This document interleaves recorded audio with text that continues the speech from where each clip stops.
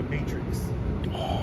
And they would spend, you know, $100 million, $150 million on the movie, and they would spend like $60 million on marketing. And the marketing was like TV previews, magazine and newspaper ads, like crazy print campaign. If all those, you know, the things that people figured out back then were just lost to time, right?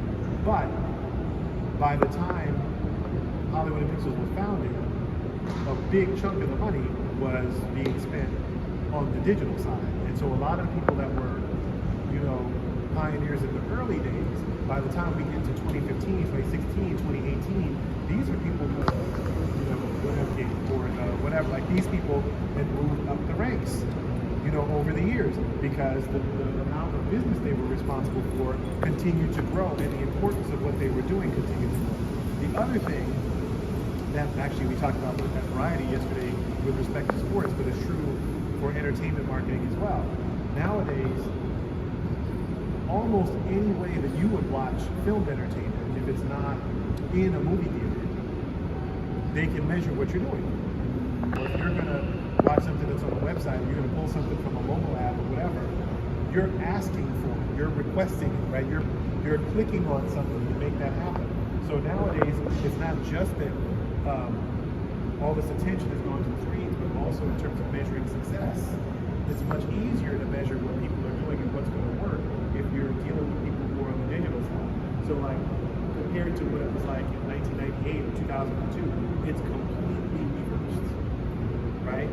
Now the people who are doing billboards, the people who are doing print ads and stuff like that, they're in the closet. And the people who are doing digital are the heads of marketing. They're in the grave, they just don't know it. Right. So anyway, I say that for two reasons. One, because you know, like Megan is, like I said, an OG. Like she's somebody who lots of people know, and she probably has some stories. When I asked her questions about music back in the day, but she's very, very successful and very well respected now today. But also because, you know, we've always talked about artificial intelligence, and I know Kevin has said this a bunch of times. You know, data and analytics, et cetera, et cetera, et cetera. The craft of storytelling, whether that's for film, music, whatever, like that is always going to be part of the human condition. Like that's not going to go any place. People are still going to want to be entertained. People are still going to chase art. Miles ahead of peers.